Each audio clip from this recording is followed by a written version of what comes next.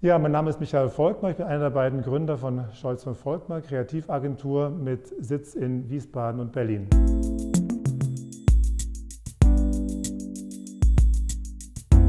Ich bin gelernter Fotograf, komme ursprünglich aus Bayern, aus Augsburg, habe dann eine Fotografenlehre in Hamburg gemacht, bevor ich in Wiesbaden Kommunikationsdesign studiert habe und dadurch einen Zufall, wenn man so will, mich selbstständig gemacht habe mit Annette Scholz zusammen und jetzt mittlerweile im 31. Jahr. Da sind wir auch mehr oder weniger stolz drauf, weil ich eigentlich immer Scholz von Volkmar als eine Art Experiment gesehen habe.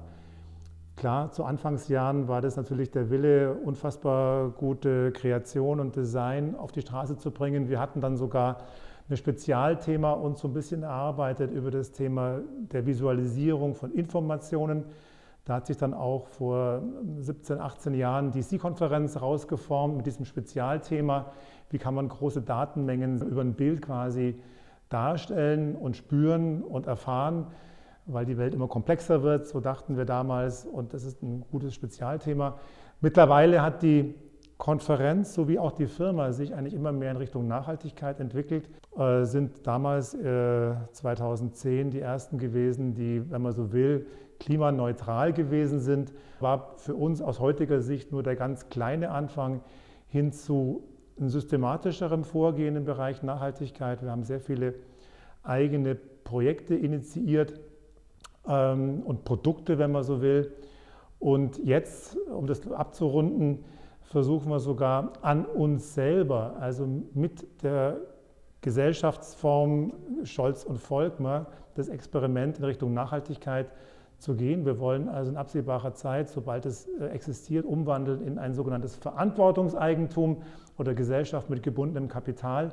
Das ist eine neue Gesellschaftsform, die hätte in der letzten Legislaturperiode eigentlich durchgewunken werden sollen. Und das heißt nichts anderes, als dass sie in dieser Form dann auch nicht mehr verkauft werden kann und nicht mehr sich ändern kann. Und das ist natürlich, solange ich dabei bin, ist das natürlich auch sowieso gesetzt. Aber wir denken natürlich ganz fokussiert auch daran, jetzt eine nächste Generation an Geschäftsführung hier bei uns zu suchen und aufzubauen. Da ist übrigens jeder, der zuhört, willkommen, auch sich zu melden. Wir sind da ganz offen für junge Leute aus anderen Bereichen, Kreation, Beratung, Technik, Nachhaltigkeit insbesondere. Und eben dieses Experiment Nachhaltigkeit mit der eigenen Gesellschaftsform auszuprobieren. Das mal in einem ganz groben Abriss, was ist Scholz von Volkmar? Ein Experiment seit 31 Jahren. Wir haben eigentlich ein ganz interessantes, unterschiedliches Portfolio, also von ganz großen Firmen bis ganz kleinen Firmen, von NGOs bis börsennotierten Firmen. Witzigerweise sind wir in der Mobilität groß geworden. Also einer unserer ersten Kunden war damals, wie heute übrigens, Mercedes, wo wir komplett die interaktiven Geschichten rauf und runter gemacht haben. Bis zum heutigen Tag machen wir sehr viel dafür. Deutsche Bahn ist ein zweiter sehr großer Kunde, für die wir super gern arbeiten. Ich bin auch begeisterter Bahnfahrer. Also wir haben zum Beispiel den letzten Navigator verantwortet in der UX und so. Aber jetzt ein Projekt konkret, das ist quasi gestartet in einem eigenen Forschungsumfeld, wenn man so will, hier in Wiesbaden. Das geht ums Thema Fahrradfahren. Wiesbaden, das wissen viele natürlich nicht, war jahrelang die fahrradunfreundlichste Stadt Deutschlands. Und wir dachten damals, wie kann man das eigentlich, diesen gordischen Knoten zerschlagen? Zum einen fahren die Leute nicht Fahrrad, weil es fast lebensgefährlich ist, hier Fahrrad zu fahren. Zum anderen sagt die Politik, naja, wenn eh keiner Fahrrad fährt, warum sollen wir da noch groß was bauen? Haben wir, das ist schon 10 Jahre her, das Projekt Radwende erfunden. Eine App, wenn man so will, die eigentlich nur aufzeichnet, wenn man selber Fahrrad fährt. Und wir dachten, wäre doch klug, dass die Menschen, die selber Fahrrad fahren, mit ihren gesammelten Kilometern so eine Art Petition unterstützen. Und jeder gesammelte Kilometer wird dann quasi kundgetan. Und ein Bürgermeister in Wiesbaden könnte sagen, naja, immer wenn 1000 Kilometer kollektiv gefahren worden sind, dann mache ich wieder irgendwas. Fanden die Grünen damals auch klasse, sind aber zerschellt bei diesen ganzen internen politischen Debatten. Wir haben da nicht locker gelassen, wir sind dann den Kunstweg gegangen. Wir haben also dann auch mit einem Landesmuseum hier in Wiesbaden im Landesmuseum eine große Maschine gebaut, die in Echtzeit, Datenvisualisierung als Stichwort, die Radwege, die in Echtzeit gefahren worden sind, aufzeichnet, nachzeichnet und hatten jeden Tag ein Kunstwerk tatsächlich verkauft, was umso günstiger wurde, je mehr Kilometer an dem Tag gefahren worden sind und so weiter und so fort. Damit haben wir viele Preise gewonnen, sind dann irgendwie in Linz auf der Ars Electronica gelandet, einer Kunst-Computer-Veranstaltung, eine der größten weltweit.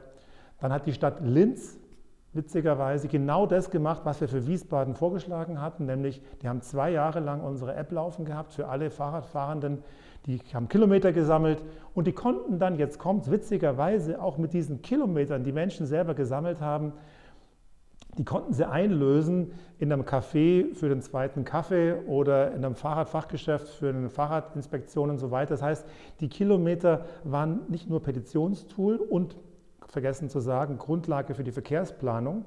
Deswegen hat es damals die Stadt Linz unbedingt auch haben wollen, die Daten, die getrackt worden sind.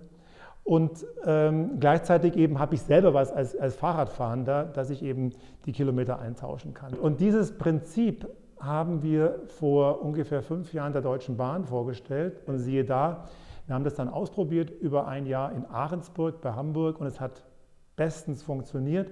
Das ist so erfolgreich, dass es heute 20 Städte sind, unter anderem so große Städte wie Berlin oder Hamburg, die das nutzen im sehr großen Umfang und dort auch immer wieder mit Universitäten machen wir Forschungsprojekte, wie dann die Daten tatsächlich für die Verkehrsplanung genutzt werden kann. Vielleicht ein anderes Projekt, was erwähnenswert ist ein Projekt, das nennt sich Zeit statt Zeug. Das ist eine Geschenkeplattform für Zeit. Die funktioniert ganz einfach, dass an Weihnachten oder jetzt Ostern oder Valentine's Day oder was auch immer vielleicht anstelle eines Zeuggeschenks doch besser ein Zeitgeschenk geschenkt werden sollte, nämlich statt, was weiß ich, einem Buch, das Vorlesen oder statt einem Stofftier, den Zoobesuch und so weiter. Da gibt es immer die schönen Analogien, statt neu kaufen, irgendwas reparieren, statt Kaffee trinken, auf eine Demo gehen. Also das ist im Prinzip eine Webseite, die genau das propagiert und der große Witz und der große Unterschied zu einem Gutschein ist, dass du mit dir selber, der schenkt, erstmal einen Termin ausmachen musst, um diesen Termin zusammen mit dem Geschenk an den Menschen zu geben und zu schicken, ja, nach dem Motto, dass diese gemeinsamen Erlebnisse eigentlich das sind, was viel bleibender ist, was viel wichtiger ist als eine weitere Sache, die irgendwo vielleicht im Schrank verstaubt. Ja, wir sind natürlich sehr gerne bei euch beim IDZ Mitglied, weil wir natürlich die Strukturen und die Designinitiativen deutschlandweit unterstützen wollen. Und das machen wir mit unserem Mitgliedsbeitrag, wenn man so will, aber auch in Person. Der Peter Post ist bei euch in führender Position. Die Annika Rupp war im UX Design Award in der Jury. Ich bin selber berufen worden im Bundespreis Eco Design Award. Und jetzt ganz aktuell ist das IDZ auch Kooperationspartner für unsere C-Konferenz, die CIR 25, was Ende April stattfinden wird. Was mich stark inspiriert, ist eigentlich die Natur, wenn ich ehrlich bin. Also natürlich sind es die vielen Dinge, die man täglich sieht und liest, sei es Fachpublikationen oder sei es die Tagespresse oder sei es Erlebnisse. Aber die eigentliche Inspiration bekomme ich, wenn ich durch den Wald jogge und zum Denken anfange und man sich Gedanken macht über die Genialität der Natur. Und von daher ist Natur eine große Inspirationsquelle, aber auch die Kunst, insbesondere auch eigene Formate und Kunstinstallationen, Interventionen, wenn man so will, die wir selber gemacht haben. Also wir haben zum Beispiel vor auch schon 8 Jahren hier eine der größten Straßen in Wiesbaden, eine innerstädtische Autobahn, mal teilweise gesperrt und dort ein Kunstfestival mit dem Landesmuseum, dem Nassauischen Kunstverein gemeinsam initiiert. Und diese Formate und diese Gespräche und diese Happenings, die bringen mich persönlich auch immer weiter.